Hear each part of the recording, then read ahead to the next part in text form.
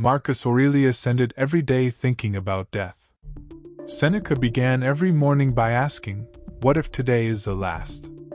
And Epictetus, a man who was literally owned by another person, said that death was the only thing that ever made him feel free. Three of the greatest minds in history. Three completely different lives. One practice.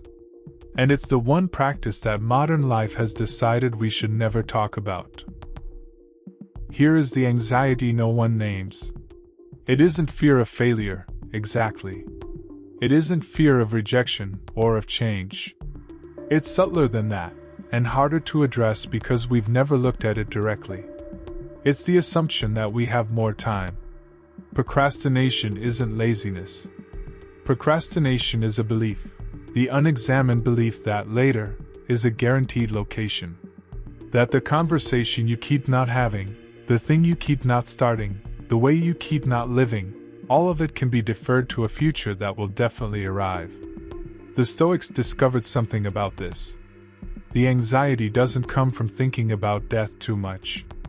It comes from thinking about it too little. We avoid thinking about death because we believe it will make us more anxious. The Stoics found the opposite.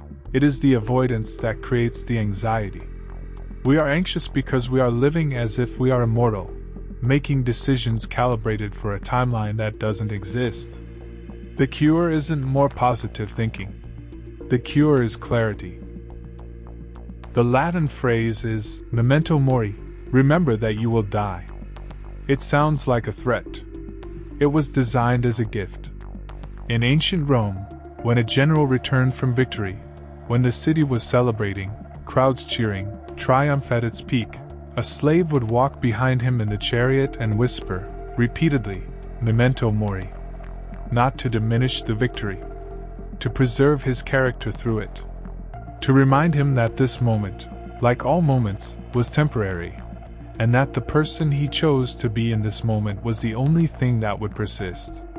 Seneca captured what this practice was actually about. He wrote, "Let us prepare our minds as if we had come to the very end of life. Let us postpone nothing. Not morbid. Not dramatic. Practical. If you lived today as if it were the last, what would you stop doing? What would you finally start?"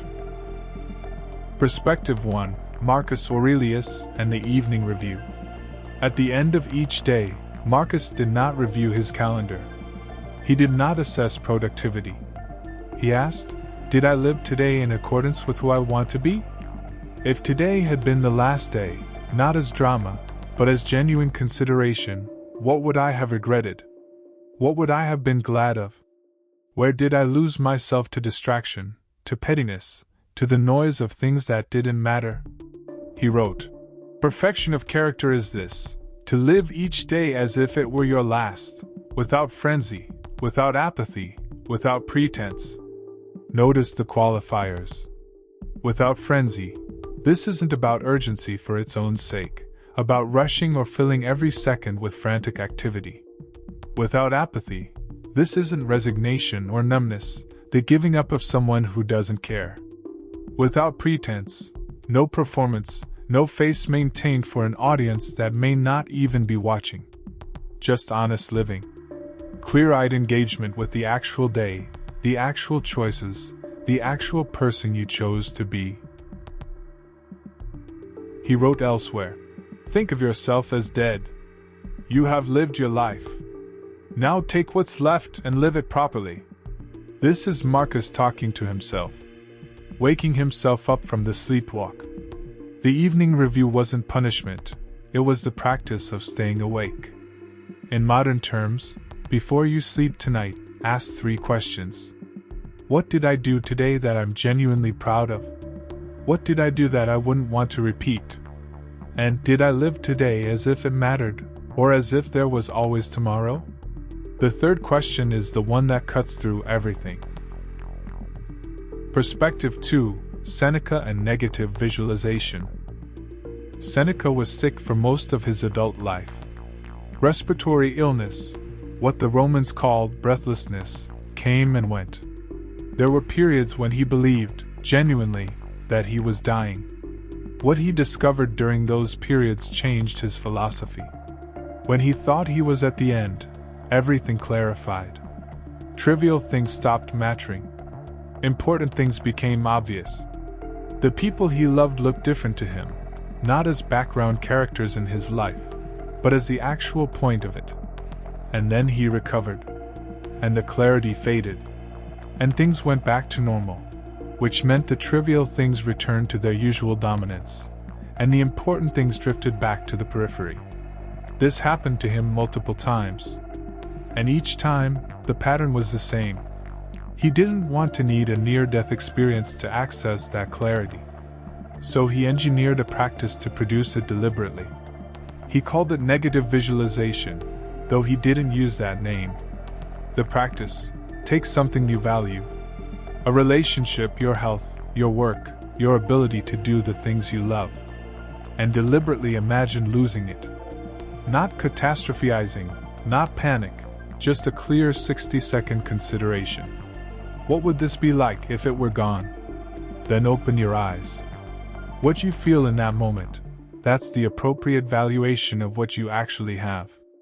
Not the diminished, habituated valuation of things you've stopped noticing because they've been present for so long. The real one. He wrote, "We suffer more in imagination than in reality. The fear of losing something is usually worse than the loss itself. And the remedy, counterintuitively, is to imagine the loss before it happens, so that you can feel the value of what remains." He also wrote, "Begin at once to live, and count each separate day as a separate life. Each day complete in itself. Each day its own life, with a beginning, a middle, and an end. Not a fragment of a larger postponed life that will eventually become real. A complete life. Today." Perspective 3. Epictetus and the liberation of mortality. Epictetus was a slave. His master could have him killed at will. His body was not his own. His future was not his own. By any external measure, he was the least free person in Rome. And he was, arguably, the freest. The freedom came from one recognition: death was the worst his master could do. And death was outside the circle. It was in the category of things that couldn't be controlled, and therefore, in the Stoic framework, couldn't hold power over him. When you accept, genuinely accept, that death is possible, that today could in fact be the last, something changes in the structure of your fear. The smaller fears become smaller still.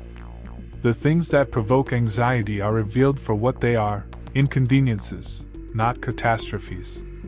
Obstacles, not ends. Epictetus was not afraid of his master. Not because he was indifferent to his own life. He clearly wasn't. He lived it with extraordinary intention. But because he had already placed mortality in its proper category. Not enemy. Not anomaly. Just the outer boundary of the inner circle. He wrote, "Seek not that the things which happen should happen as you wish, but wish the things which happen to be as they are, and you will have a tranquil flow of life." The freedom wasn't freedom from circumstance. It was freedom within it. And the key that unlocked it was the full acceptance of what could not be controlled, including the fact that every life ends. He lived with that acceptance. And it made everything that preceded it livable. Here are 3 questions, the Stoic evening practice. Write them down if you need to. What did I do today that I'm genuinely proud of? What did I do today that I wouldn't want to repeat? Did I live today as if it mattered, or as if there was always tomorrow? Tonight, before you sleep, do this. Open a blank page. Write your own obituary. Not morbid. Not dramatic. Just honest. How do you want to be remembered? What would people say about how you spent your time? Your relationships? The things you chose to prioritize? Most people never write this because they assume they have time. The Stoics wrote it every day, because they knew that was exactly the assumption to fight. You don't have to think about death to become morbid. You have to think about death to become clear. The funeral thought experiment, the evening review, the negative visualization, these aren't about being dark. They're about being awake. On The Shortness of Life by Seneca. That's the place to start. It's 14 pages long and free on Project Gutenberg. 14 pages that might change how you look at your calendar forever. The next video is about the man who took all of this further than anyone, Epictetus, the slave who became the philosopher Marcus Aurelius studied every morning. And the one idea that, once you understand it, you cannot unsee. I'll see you there.